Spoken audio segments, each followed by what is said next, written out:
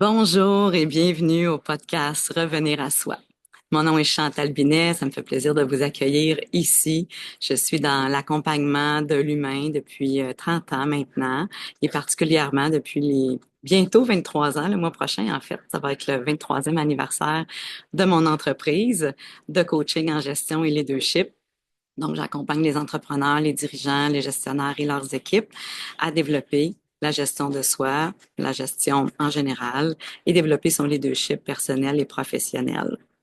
Donc, mon podcast, c'est venu d'un souhait de créer un environnement, un moment pour vous déposer, pour vous ressourcer, pour vous nourrir, pour vous inspirer sur différents sujets, mais surtout pour la gestion de soi et le leadership de soi. C'est pour ça que j'appelais ça revenir à soi, mais aussi dans toutes les sphères de nos vies. Alors, globalement, au niveau de l'intellect, au niveau du cœur, au niveau du corps, au niveau du cœur, et spirituel aussi. Donc, et en ce début d'année, ben, je trouvais ça très pertinent de commencer l'année avec le thème comme un alignement. Et aussi, je vais vous parler de l'influence de la numérologie parce que chaque année a sa numérologie. Donc, je veux avoir un petit segment par rapport à ça aujourd'hui pour vous partager un petit peu les influences qu'on a aussi extérieurement à nous qui viennent nous aider à justement nous garder plus alignés. Ça nous amène des prises de conscience, puis ça vient nous aider dans notre évolution, dans notre croissance. Donc, peut-être aussi là, que vous m'avez cherché, je sais pas, dans le temps des fêtes, j'ai pris une petite pause bien malgré moi. J'ai été malade de la grippe au mois de décembre et c'est ce qui m'a empêché là, de faire les deux derniers épisodes. Alors, je m'en excuse. Et là, je suis de retour et vous voyez sûrement un background un peu différent, un décor un peu différent parce que je suis venue passer 2 mois ici. Je vais en parler un petit peu plus tard au Mexique. Et je suis toute excitée, enflammée de commencer ma nouvelle année ici avec vous et en démarrant ce podcast pour la nouvelle année. Donc, bien sûr, les thèmes que j'exprime pour 2025 s'adressent aussi pour tous les débuts de nouvelles années à venir. Donc, pour moi, l'alignement, sûrement, on va se le dire, là, le mot résolution, ça résonne plus avec personne. Puis pour moi, le mot alignement est plus porteur. C'est vraiment un sujet, un thème, un mot que j'utilise beaucoup en coaching avec mes clients. Donc, aujourd'hui, je vais vous donner j'espère bien, de l'inspiration et surtout des questions de coaching, des réflexions, des pistes de solutions pour vous amener à réfléchir sur votre année. Puis qu'est-ce qui va vous permettre d'être aligné, de vous aligner, puis de rester aligné, de garder le cap, de garder le focus par rapport à vos priorités. Donc, mon chapeau de coach que je mets habituellement à la fin de chaque épisode, en vous posant quelques questions de coaching pour intégrer davantage le thème de la journée, ben, je vais l'utiliser immédiatement. Donc, j'ai quelques questions déjà à vous poser. Donc, la première question, c'est qu'est-ce qui vous permettrait cette année de justement de revenir à vous, de vous sentir aligné? Donc, qu'est-ce qui vous amènerait de la joie? Qu'est-ce qui vous amènerait de la vitalité, de l'énergie? Qu'est-ce qui vous amènerait du bien-être, de l'équilibre? Je vous donne comme ça plein d'idées. Qu'est-ce qui vous amènerait de la paix? Qu'est-ce qui vous amènerait de la fierté? De l'expansion peut-être aussi, de la créativité. Donc, vous savez, puis vous m'avez déjà entendu parler de ça dans d'autres podcasts, moins on en cible et plus on en fait. Puis, le concept des résolutions, pourquoi je pense que c'est moins porteur qu'avant, c'est que on se mettait beaucoup de pression, puis ça partait souvent d'un je dois, je devrais faire ça. Puis ça part souvent d'une culpabilité, d'un sentiment de manque.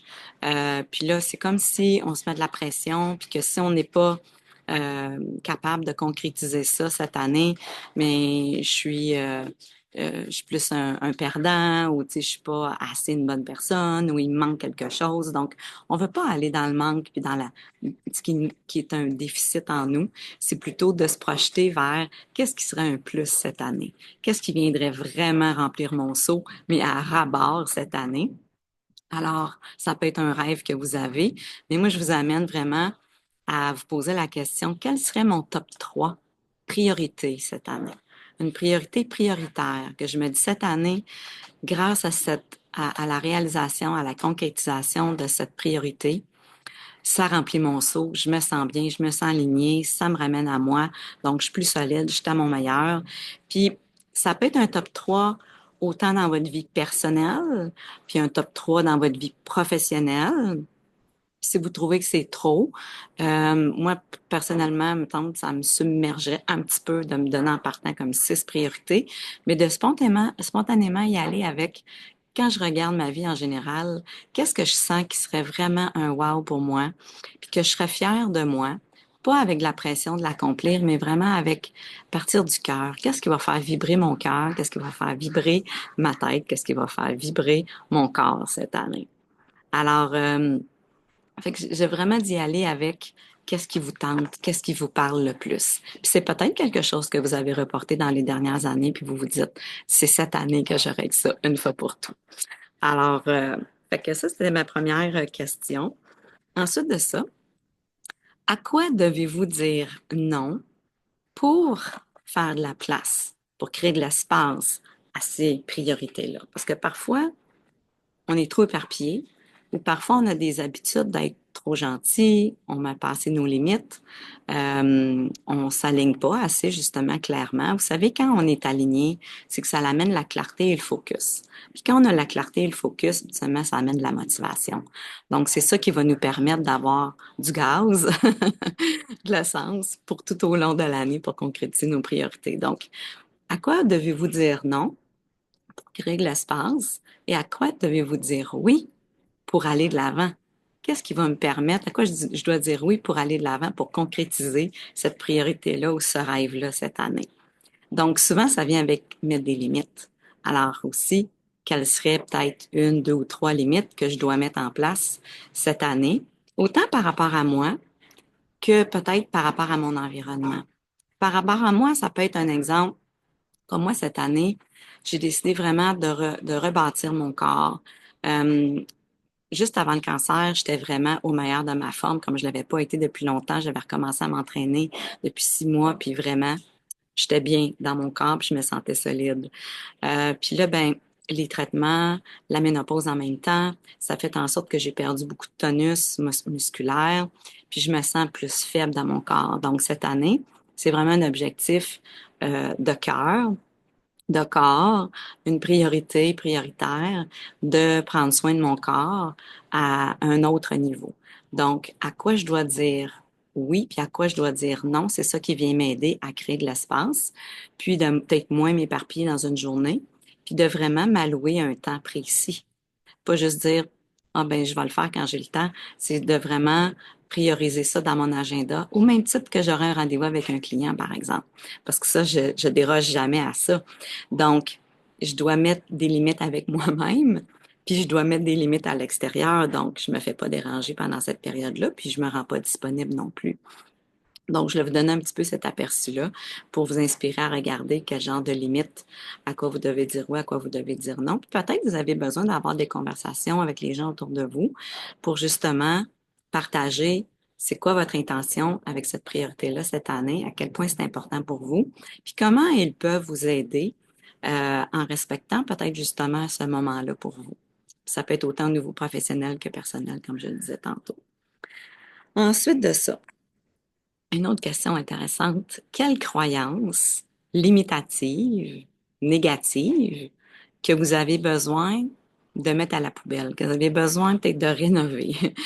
Parce que dans notre discours intérieur, parfois, on peut avoir des croyances, comme je pourrais avoir la croyance, comme je l'ai eu avant que j'avais commencé à m'entraîner, de « Oh, ça va être dur de recommencer après 50 ans à m'entraîner. Donc, ça va être long avant que je reprenne du tonus, puis des muscles, puis du galon, puis de la vitalité. » Puis ça m'a prouvé le contraire quand j'ai recommencé.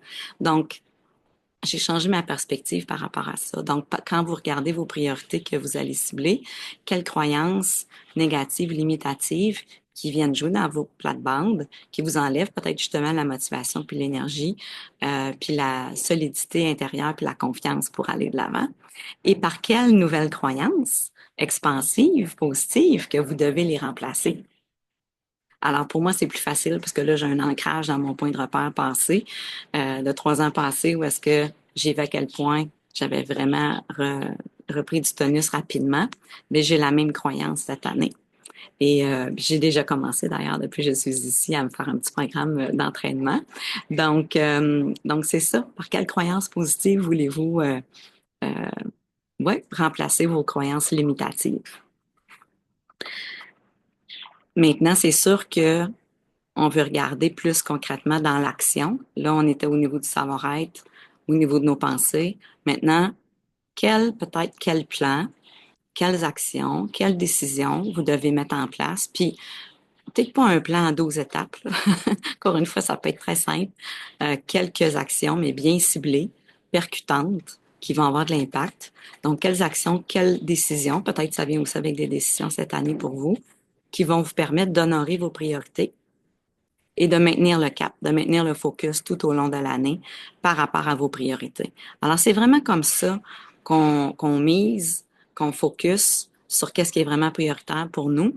Puis en même temps, ça démontre notre leadership personnel face à nous, face à notre rôle, peut-être aussi professionnel, si vous mettez davantage l'emphase sur votre carrière ou votre rôle professionnel, vos responsabilités, et aussi auprès de nos proches.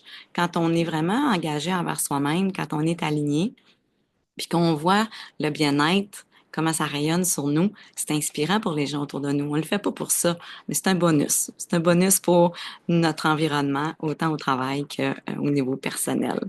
Donc, quand vous regardez, à la fin de l'exercice, quand vous allez regarder vos réponses par rapport à vos priorités, par rapport à vos croyances, à quoi vous allez dire oui, à quoi vous allez dire non et tout ça, quand vous regardez tout ça globalement, quel mot, quel thème vous vient à l'esprit quand vous regardez ça?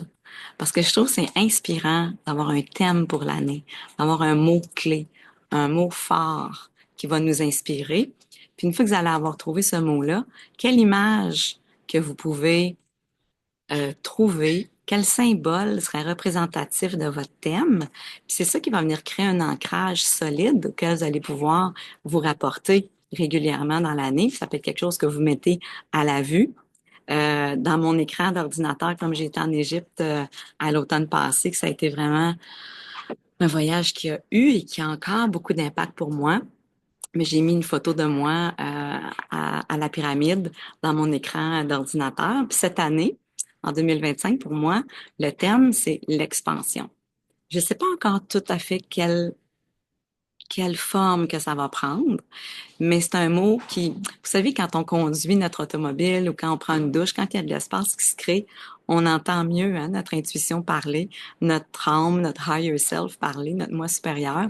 Puis je conduisais quelques jours avant d'arriver ici au Mexique, puis j'ai entendu très fortement le mot expansion. Puis ça m'est comme rentré dans le cœur, puis dans le plexus solaire.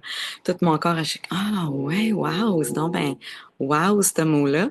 Puis ça fait OK, ça va être mon mot 2025. On me donnait déjà la clarté par rapport à ça. Puis quand on est disponible, on entend plus fortement ces mots-là. Je reviendrai bien sûr sur l'intuition dans l'année. Mais tout ça pour dire que pour moi, c'est le thème. Puis, c'est comme si, là, mon ancrage, c'est plus qu'une image, c'est d'être ici au Mexique parce que quand j'ai pris la décision au mois de mai passé, c'est un vieux rêve que moi j'avais, de venir passer au moins un mois ou 2 mois, peut-être 3, pendant l'hiver, me sauver l'hiver du Québec pour venir tester, d'être capable de travailler à distance, parce que je le fais majoritairement de la maison, mais de le faire ailleurs. Donc, puis de voir où est-ce que je pourrais être bien dans le monde pour, ben c'est ça, me donner cette permission-là. Et ça m'a sorti de ma zone de confort, autant financièrement, autant au niveau de ma famille, autant au niveau de mon entreprise. Il y a des projets que j'ai dû dire non pour janvier parce que je pouvais pas les faire en personne. Donc, ça demande vraiment d'avoir la foi, la confiance, mais l'ouverture, puis encore une fois, cette solidité-là intérieure de dire, ben, moi, je vais aller lui physiquement. Qu'est-ce que c'est d'être dans l'expansion? Parce que là, je suis vraiment invitée à apprendre l'espagnol, à me débrouiller, à m'adapter dans un pays que je connais pas, à part le fait qu'on a vécu parfois là, des semaines de vacances dans des resorts. Mais là, c'est vraiment la vie quotidienne. Alors, c'est comme mon deuxième chez nous maintenant, puis je me sens déjà vraiment chez moi depuis quelques jours, à peine que je suis arrivée. Donc, c'est une façon de... j'aime bien le mot en anglais embodiment, de l'embodyer, donc de le sentir, de le vivre dans mon corps.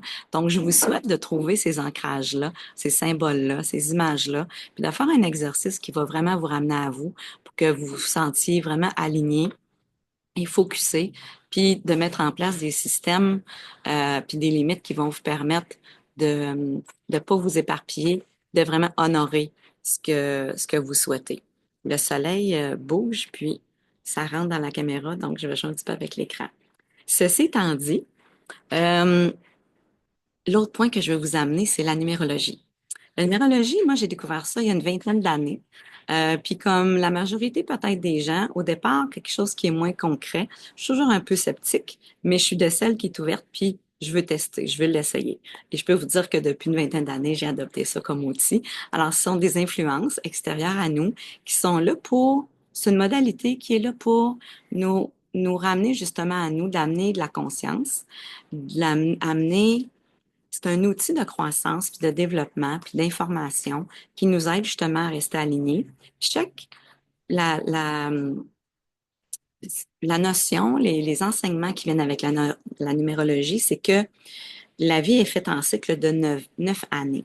Alors, à chaque 9 ans, il y a un cycle. En relation, on le voit beaucoup au niveau que c'est des cycles de 7 ans. C'est lié avec la planète Saturne. Donc, en numérologie, des cycles de 9 ans. Puis comment on calcule dans quelle année on est? Je vais y aller avec 3 calculs différents. Donc, au niveau global, pour tout le monde sur la planète cette année, nous sommes invités à travailler avec l'énergie, la vibration du 9. Puis comment on calcule ça? C'est qu'on prend 2025, puis on additionne chacun des chiffres individuellement. Donc, le 2 dans 2025, plus 0, plus 2, plus 5, ça donne 9. Donc, globalement, nous sommes tous invités à travailler avec les influences de l'année 9. Puis je vais y revenir après avec ce que ça veut dire. Pour connaître votre chemin de vie euh, en général, vraiment ce que vous êtes appelé à développer dans votre vie, c'est on prend notre date de naissance. Comme moi, c'est le 27 octobre. Donc, le 2 et le 7, plus le 7, ça fait 9. Le 10e mois, donc plus 1, plus 0. Puis après ça, mon année de naissance. Alors, plus, c'est 1967. Donc, plus le 1, plus le 9, plus le 6, plus le 7. Ce qui donne 33. Puis quand on arrive à un chiffre double, on veut toujours ramener ça pour que ça rentre dans le cycle du 9. Donc, on fait 3 plus 3, fait que ça fait 6. Donc, mon chemin de vie, c'est un chemin de vie qui est influencé par le chiffre 6. Et aussi, on veut tenir en compte les 2 chiffres. Dans mon cas, 2 chiffres qui amènent à un chiffre, donc le 3 qui est un double 3, puis on appelle ça un master number, un chiffre maître, parce que c'est la double tonalité, la double influence du 3. Donc, toute ma vie, je suis influencée par tout ce qui vient avec la vibration, la fréquence du 3 et en même temps du 6. Donc, on tient ça en compte. Et aussi, si on veut savoir, personnellement, dans quelle année je suis, globalement, je le sais que pour tout le monde, c'est le 9, mais personnellement, moi, dans quelle année je suis, je prends ma date de naissance, donc le 2 plus le 7 qui fait 9, le mois de naissance qui est plus un 1 qui fait 10, puis je rajoute l'année en cours. Au lieu de mon année de naissance, je remplace mon année de naissance par l'année en cours qui est 2025, qui donne 9. Donc, pour moi, ça donne 10. Et je ramène ça à un chiffre, un single digit, comme on dit. Non, j'ai donc bien des mots anglais aujourd'hui. Un simple chiffre qui donne le 1. Donc, je suis dans mon année 1. Donc, globalement, j'ai l'influence du 9, qui est l'énergie pour tout le monde cette année. Et cette année, je suis dans mon année 9, mon année 1. Puis ce que ça fait, c'est que je démarre un nouveau cycle de 9 ans. Et pour tout le monde sur la planète, on est dans une année 9, donc on termine un cycle de 9 ans. Personnellement, la dernière année 2024, c'était une année 9 pour moi. Ce que ça fait une année 9, c'est là que j'arrive à l'influence de cette année. C'est une année qu'on appelle introspective. Ça vient vraiment dans le thème de revenir à soi. C'est une année où on est invité à revenir à l'intérieur de soi. L'analogie c'est la saison de l'hiver. La saison de l'hiver, habituellement, on rentre à l'intérieur de la maison, on se fait un bon feu de foyer, on s'enveloppe avec une couverture chaude, avec une petite soupe chaude aussi, et puis on est plus en mode réflexion. On est moins à l'extérieur, on est moins porté vers l'extérieur. Donc, l'année 9, c'est une année d'introspection pour regarder justement, faire un constat des 9 dernières années, puis même des 18 dernières années, des 27 dernières années, donc ainsi de suite, dépendamment de quel âge que vous avez, puis de regarder de quoi cette année je veux me libérer. De quoi je veux m'alléger cette année? C'est pour ceux qui connaissent Mercure en rétrograde, j'y reviendrai peut-être dans une autre, ben pas peut-être, je vais y revenir dans un épisode de parler de Mercure rétrograde. Euh, c'est comme, c'est le temps de revenir dans le passé. Et vous allez voir aussi que tout au long de l'année, il y a plein de situations passées qui vont revenir.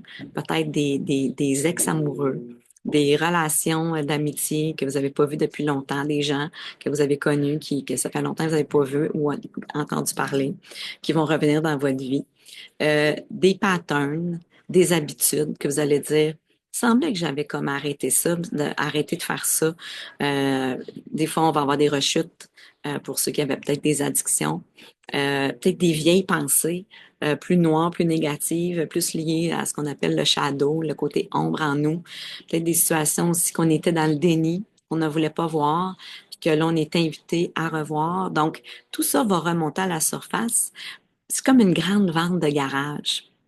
Pour ceux qui viennent peut-être de l'Europe, qui connaissent pas c'est quoi une vente de garage, peut-être que vous avez ça chez vous, peut-être pas. C'est on veut se débarrasser, on veut vendre ce qui n'est plus utile pour nous. Alors, et l'année 9, c'est vraiment une année où est-ce que on se débarrasse, on élimine, on analyse, on évalue, on réévalue, puis on rééquilibre ce qui est bon qu'on veut garder, puis ce qui est plus nous vraiment. Alors, il y a vraiment un lien avec l'alignement, avec le focus. Je vous souhaite d'amener ça avec vos priorités aussi. C'est aussi où est-ce que on s'engage fermement à libérer ce qui doit être pardonné. C'est comme ouvrir son pack-sac qu'on traîne dans notre dos depuis longtemps, sans s'en rendre compte parfois. On regarde ce qu'il y a dedans. Des fois, ça nous tente pas trop de regarder ce qu'il y a dedans, mais on fait, là, je vais être courageux, je vais regarder ce qu'il y a dedans, puis qu'est-ce que je dois pardonner, qu'est-ce que je dois laisser aller, à quoi je dois dire non. Qu'est-ce qui était lié à avant, puis que j'avais peut-être perdu de vue, puis je me dis, hey, c'est quoi, ça me tente de ramener ça pour mon prochain cycle de 9 ans. Donc, comment je pourrais le refrotter, comment je pourrais le mettre à son meilleur. C'est une année de réflexion, puis on met des choses en place, mais c'est pas l'année où ce qu'on pousse de nouveaux projets. C'est pas l'année où est-ce qu'on met de grandes choses de l'avant, parce qu'on risque d'être déçu. Puis quand on a une année 1 comme moi, qui est une année de nouveau départ, de nouveaux commencements, où est-ce que c'est le temps de mettre des choses en branle? C'est comme s'il y a une partie de moi qui a le pied sur le frein, qui doit continuer de regarder à l'arrière et dans le moment présent, qu'est-ce qui est plus en lien avec moi. Et aussi en même temps de commencer à mettre le pied sur l'accélérateur pour mettre des choses en branle. Mais c'est une année où est-ce que c'est un petit pas à la fois. Donc, il n'y a rien qui va se faire de vite cette année. Puis même au niveau des influences planétaires, j'en ai pas parlé. Peut-être que j'en parlerai dans un prochain épisode. Je suis pas astrologue. J'ai certaines connaissances parce que ça fait 30 ans que je prends des cours en astrologie. Puis je vous parlerai là, des différentes ressources là, qui sont vraiment sur la coche en astrologie. Euh, Autant francophone qu'anglophone. Mais ça sera un trop long podcast pour aujourd'hui. Mais tout ça pour dire que on est beaucoup plus influencé que l'on pense. On est vraiment dans un microcosme qui vient nous influencer de différentes façons. Donc, il n'y a pas juste nous, il y a notre âme dans toutes nos dimensions. Il y a les environnements extérieurs avec notre cadre de travail, notre famille, nos relations amoureuses, d'amitié, la société dans laquelle on est, nos gouvernements. Puis il y a aussi l'énergie autour de nous, puis la fréquence autour de nous. Donc, j'avais le goût de vous parler de la numérologie parce que quand on a un tempérament où on a tendance à se mettre plus de priorités, plus d'objectifs, on va accomplir beaucoup, euh, puis que les influences extérieures sont moins propices à ça, ben c'est que souvent, c'est qu'on est déçu, puis on est faussement déçu. On se crée faussement des attentes qui sont réalistes. C'est pour ça que j'amène toujours mes clients à en cibler moins, mais à cibler vraiment ce qui est très puis vous parle énormément, qui est très révélateur pour vous, qui est très motivateur pour vous, mobilisant et qui va parfois vous sortir de votre zone de confort, mais en même temps de savoir que dans une année 9, on va planter peut-être plusieurs graines qui vont pousser dans l'autre cycle. Mais c'est le temps de clarifier davantage, de dire qu'est-ce qui serait vraiment un wow pour moi cette année, que je serais fière, mais d'être tout en étant réaliste puis pratico-pratique. Puis que s'il y a des choses qui n'arrivent pas, c'est pas parce que vous n'êtes pas bon, c'est pas parce que vous n'êtes pas capable, c'est pas parce que vous le méritez pas, euh, c'est pas parce que vous n'êtes pas assez, c'est parce que cette année, c'est moins favorable à ça. Donc, ça va être une année quand même de grands changements au niveau planétaire cette année. Ça, je vais y revenir. Mais au moins en début d'année, c'est très introspectif. Mars est rétrograde. On a terminé Mercure en rétrograde en début d'année aussi, avec le post-rétrograde. Donc, on est invité à continuer d'être en introspection, puis de se réaligner avec soi. Donc, vraiment, le thème revenir à soi est très pertinent en ce moment. Donc, et l'année 9, c'est non seulement c'est une année d'introspection puis d'élimination, c'est une année qui est plus émotionnelle. Pourquoi? Parce que c'est une année où est-ce qu'on a le cœur ouvert, où est-ce qu'on est invité à se réaligner et à se reconnecter avec la sagesse du cœur et aussi d'aller voir dans le cœur quelles émotions je dois libérer. Alors, c'est une année où est-ce qu'on va se sentir plus sensible, plus vulnérable, plus à fleur de peau. On a plus le goût de pleurer. Parfois, on ne sait pas pourquoi on a le moton qui monte dans la gorge, puis on a le goût de pleurer, puis on ne sait pas d'où ça vient. Puis quand on laisse la tête venir jouer dans cette plate-bandes-là, c'est comme ça va couper l'élan de pleurer parce que la tête a tendance à juger, puis de vouloir comprendre. Puis comme il n'y a pas de raison, on va dire, ben, arrête de pleurer. Mais non, il faut pleurer, il faut que ça sorte. C'est autant d'ouvrir le pack-sac, de regarder ce qu'il y a dedans, mais ce pack-sac-là intérieur veut aussi se libérer. Donc, c'est une grande année de nettoyage à tous les niveaux, énergétiquement aussi, au niveau des traumas aussi que l'on a. Donc, c'est comme un refoulement d'égout parfois. Il y a des choses qui doivent sortir. Donc, jugez-vous pas, puis créez l'espace pour ça. Puis quand ça va venir, accueillez ça. Ça va faire un grand bien. Vous allez vous sentir, quand on a pleuré un bon coup, là, on respire, ça crée de l'espace à l'intérieur de nous, puis autour de nous. Donc, attendez-vous à ça et donnez-vous la permission de ça, sans vous juger. Puis quand je dis le cœur ouvert, c'est aussi l'amour inconditionnel. Alors, cette année, c'est de vous aimer inconditionnellement, puis aussi d'être plus dans l'amour inconditionnel envers les autres, d'être plus dans la tolérance, puis de pardonner peut-être des vieilles affaires qu'on traîne depuis un bon bout de temps, même si c'est pas toujours facile, même si la tête et l'ego aiment pas ça. C'est tellement un soulagement. Puis dites-vous quelque chose. Quand c'est l'année 9, c'est le temps de faire nos devoirs des 9 dernières années, 18, 27 et Alouette, tout ça. Pourquoi? Parce que quand on arrive à l'année 1, c'est qu'on commence un nouveau cycle de 9 ans. Et 18 et 27, etc. Et vous ne voulez pas amener avec vous dans le prochain cycle de 9 ans tout le vieux bagage des décennies passées. Alors, c'est vraiment un incitatif puis une motivation à libérer tout ça. Et c'est comme le cœur est ouvert, on est appelé à être dans le don de soi, gracieusement, gratuitement. Quand je disais la vente de garage tantôt, peut-être qu'on veut donner nos choses au lieu de les vendre. Ou si on les vend moins cher. On veut accommoder les gens. On veut donner aux suivants. On veut donner à des organisations, qui des organismes sans but lucratif, des maisons d'hébergement pour femmes violentées, plein de choses comme ça, des banques alimentaires. Comment je peux contribuer à ma communauté, parce que c'est une année de communauté aussi, l'année 9. Comment je peux contribuer à tout ça sans me rendre plus pauvre, sans m'enlever quelque chose, mais vraiment de revenir à la générosité du cœur. Puis c'est vraiment les plus hautes fréquences de la race humaine, de l'humain, les plus hautes fréquences de notre cœur aussi. Donc, ça vient nous aider. Voyez-vous pourquoi il faut faire le ménage? Puis libérer les bagages, c'est que ça vient de plus en plus nous élever, puis remplir notre seau au niveau de l'âme, au niveau du cœur, au niveau du corps, puis même au niveau de la tête, qui est moins présente, parce qu'on met de l'avant davantage ces fréquences-là cette année en 2025. Donc, c'est vraiment l'invitation que j'ai pour vous. Donc, peut-être ma petite question de coaching, c'est avec quoi vous repartez avec le podcast, le contenu du podcast d'aujourd'hui.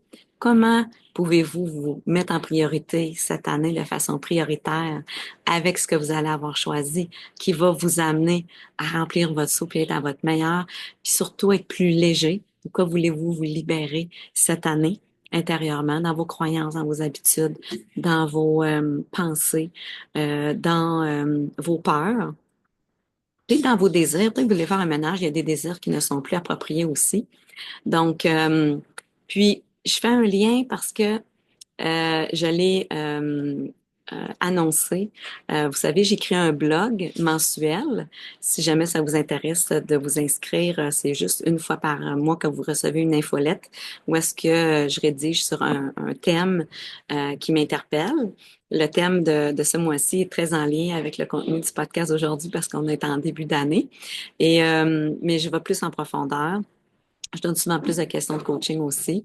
Je vais mettre dans la boîte descriptive, là, en bas de la vidéo, le lien pour vous abonner au blog si ça vous intéresse. Et à l'intérieur de l'infolette, ben, je partage aussi des projets, je partage aussi les podcasts. Et à partir d'aujourd'hui même, le 15 janvier, je démarre avec ma grande amie et collègue Mylène Piché, une communauté qu'on a appelée les leaders de l'éveil conscient. Ça s'adresse aux femmes et c'est les femmes qui lead avec le cœur, à partir du cœur. Parce que quand on est dans le cœur, on a une plus grande conscience de soi.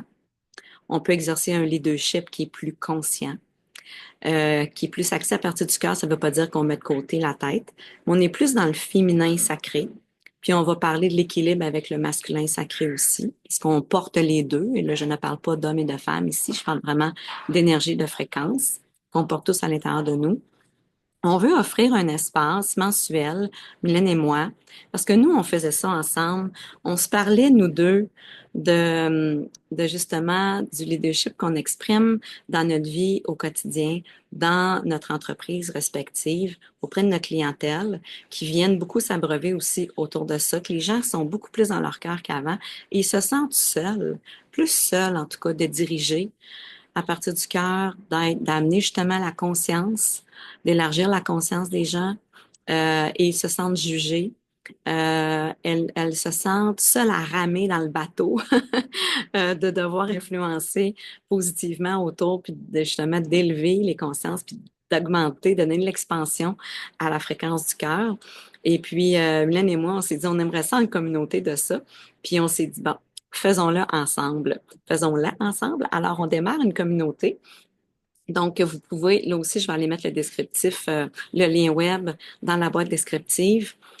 Si vous allez sur mon site web, vous allez voir un encart qui dit de cliquer sur le lien pour qu'il vous amène directement sur le site web de Mylène, parce que c'est là qu'on a hébergé le contenu. Et on a différents abonnements pour 3 mois, pour 6 mois, pour une année. Et à tous les mois, on va se rencontrer en ligne pendant 1h30 de temps, puis on va partager des enseignements de l'expertise, des outils, des ressources. On va faire des méditations, on va faire des activations énergétiques, un peu de light language. On va vous laisser la parole aussi pour des partages. Donc, on veut créer un endroit où vous allez pouvoir vous déposer, vous ressourcer, vous nourrir, partager et aussi vous retrouver entre semblables. Donc, on aimerait vraiment que vous fassiez partie de notre communauté si ça vous interpelle, si vous vous sentez seul, si vous voulez donner de l'expansion à votre leadership à travers le cœur, de vous sentir puis de rester connecté aussi, parce que c'est facile de rester de se déconnecter de ça quand on se sent seul dans notre bateau. Alors, c'était mon podcast de début d'année, en espérant que c'est venu déposer quelques graines chez vous pour vous amener de la clarté, du focus, maintenir le cap, puis de vous amener justement davantage dans la résonance du cœur et de vous ramener de plus en plus vers vous cette année.